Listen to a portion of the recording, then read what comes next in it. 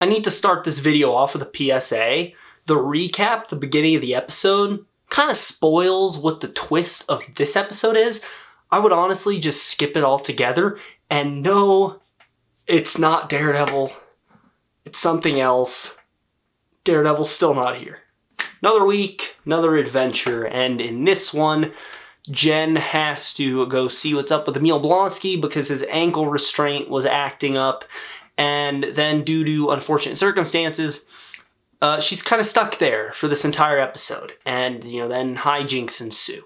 She-Hulk is a very weird show to me because it's had its ups, it's had several downs, it's had very exciting moments, very good moments, but also some very dumb and just bad moments, and there's really not been much in this show that's memorable until today. I loved this episode. I think it might be the best episode since the first one. I know this is going to be the unpopularist of opinions, the hottest of takes.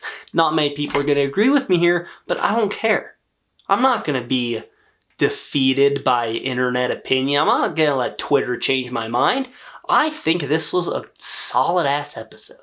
I think this is one of the episodes where the show's writing has really excelled. I think it might also be the best directed. The directing is great. The directing, the camera work great. I think the editing is also really on point. The editing makes it very exciting. It keeps you on your toes. Cool filmmaking jargon aside, what else was good about this episode? What of the content stuck with me? I think Emil Blonsky, and prepare to get upset. Sit down if you're not sitting down. I think Emil Blonsky has been the best supporting character on this show so far. I know a lot of people have been jarred with the fact that he's so vastly different from the Incredible Hulk, but for some reason it's worked for me. I'll touch a bit more on it in the spoiler section of this video, but I haven't had much of an issue with it. I think it's just the way Tim Roth plays him. He's great. And I think Blonsky's been my favorite supporting character, and this episode might as well be the Emil Blonsky show. He's in most of the scenes of this episode. He's a scene stealer. And there's so many gnarly characters that show up with him, characters who I don't want to mention in case you have not yet seen the episode. I don't want to ruin some of their reveals for you. They are some of just like C-list and D-list obscurity. And so the whole premise of this episode is that Jen is stuck at Blonsky's retreat trying to contact someone, but there is zero Wi-Fi. And so she's essentially forced to interact with this very, very wacky group of people. And she has to socialize a lot with Blonsky. And this is a duo I never knew I needed. And they do this cool thing where they show how Jen can impact these people and how these people can also impact Jen. And it's a nice little relationship they have going.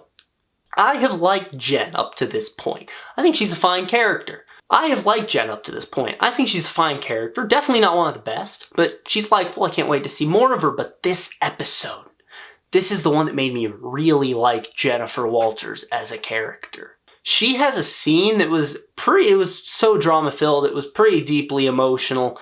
And it had to do with something that the show has touched on here and there, but it really has never quite dove into it just head first like this episode does. This one really gets into the mind of Jennifer Walters, and she gets to externalize her inner struggle. And goddamn, she has an amazing monologue that Tatiana Maslany knocked out of the park. But I think my favorite part of this is that Blonsky is actually the one who comes forward as an ally. He's helping her out. And the two of them have a nice little rapport that they build up in this episode. And just put this man on the Thunderbolts. He deserves it. Now, you know that main plot line I've been hating on throughout the entire show? Still not great. But this episode at least does more with it than just showing us a needle. They give us a few more teases to what I imagine is going to be a very lackluster villain. Not very exciting. And I know they're going to save it till the penultimate episode. There's only been one Disney Plus show that has actually nailed the villain twist at the end. That's Loki. And Mandalorian, if you're counting non-Marvel shows. I did not think everything was great in this episode, though. There is a moment there is a moment where it feels pretty heartfelt and pretty serious and pretty dramatic, and then they kind of come in with a dumb joke, and it's such a Marvel joke. I'm like, that's the cookie cutter MCU joke we're kind of used to at this point. That bothered me. I mean, it made sense from the character who delivered it, but I still didn't care. I don't care. I think it's a bad joke. It takes away from the moment. And then they do it again, like 2 minutes later. All right, that's the non-spoilers for you guys. It's so hard to get into in-depth reviews on She-Hulk because it's just a fun little sitcom. There's nothing really deeper going on there. So now I'm going to talk about a couple spoilery things. So if you still have not watched the episode, do that. Come back. I'll be waiting right where you left me. All right.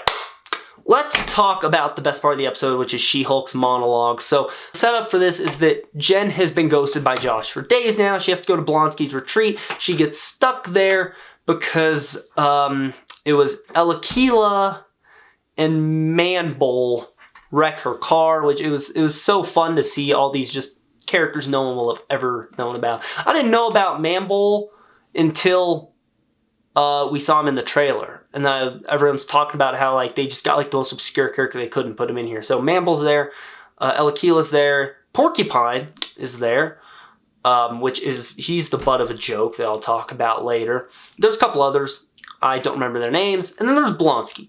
And so Jen's there, and she gets into a conversation with them about how ever since she became Jen, she's like the popular girl in high school that, you know, everyone else gets ignored compared to that person, and that everyone wants her for just Jen. I mean, think about it. She got a job because she was She-Hulk.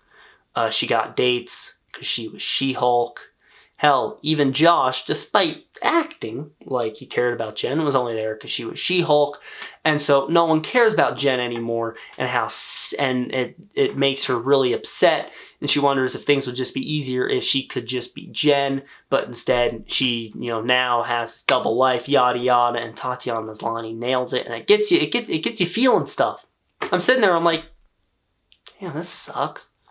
And it does a good job of highlighting something that Marvel doesn't focus on a lot. They touched on it with Hulk, but they kind of dropped that, and that's that superpowers can be a curse.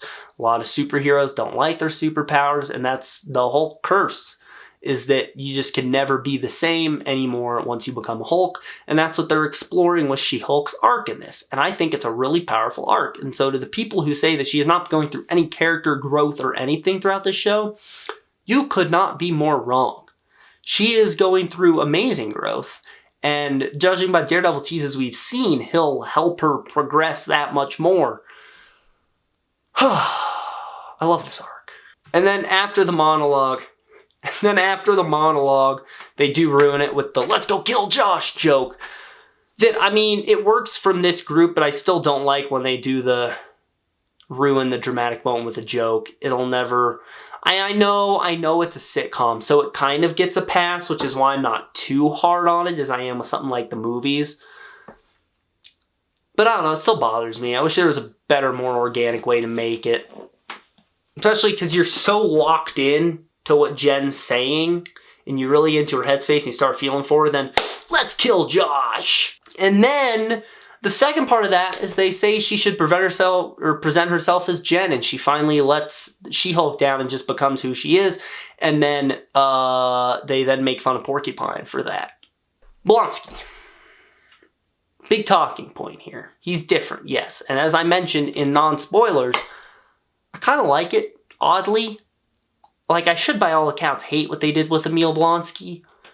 And it is weird to think that he doesn't really have an ulterior motive. This is just who he is now, but something about him is so charming and endearing, and I think it's entirely because Tim Roth is, like, you know, one of the great actors, so he's just really good. But yeah, I guess I like him. Sue me. Last thing, Josh. Gotta talk about Josh. Could not go this video without talking about Josh. So Josh is Hulk King. the intelligentsia guy who's, dealing with trying to get Jen's blood and yada yada. And it looks like his plan's finally starting to work. And that's why he ghosts her, because after he gets what he needs, he's like, bye. And he just kind of dips out. And then that's what kicks off the emotional plot line of this episode, is with him, leaving. And this is why I say the recap is a spoiler, because the recap basically just runs through all of Josh's scenes from last episode. So when I saw the recap, I was like, oh, Josh is a bad guy. I thought he might have actually been, I'm one of the couple people who thought he might actually be a good guy, but I saw that, I'm like, nope, Josh is the bad guy. Is he the bad guy? I still don't think so. I think there's someone above him. Because if this no-name guy is the bad guy, that would be weird. I still think Leader might be involved somehow. That's just my hunch. I know with him coming in New World Order, even though he's started as a Hulk villain, I'm like, I don't know. I feel like we need him in some Hulk stuff, so he might come up in that. And it's so funny that the Wrecking Crew guy was hired by Josh, and then that same guy is also the one who's helping Jennifer deal with Josh, or deal with getting over Josh. Okay, now for what I am expecting from the rest of the show. I think the Daredevil stuff is going to be good. Now, I don't know if the episode itself is going to be good, but I think Daredevil himself will be, judging by what we've seen from the trailer, the little bit we saw. I'm holding out faith that they'll handle Daredevil well, and how his thing with Jen is gonna work. I'm certain Hulk's gonna come back. I think episode 9 we're gonna get Banner back. We're gonna learn a bit about what he's been up to, maybe get a tease, and that might segue into whatever this supposed solo Hulk storyline is they got. As for a villain, I think it's gonna be lackluster. I do not think we're gonna get a great villain. I think it'll be a kind of a one-note villain that will just pop up at the end in the last episode. So I'm not holding my breath on that. But there you guys go. That's my review of She-Hulk episode 7, titled The Retreat. What did you guys think of the episode? Let me know down in the comments below. Also leave a like on this video, subscribe, click on the bell icon to receive all notifications from the MCU. That's going to be it. Have a great day, guys.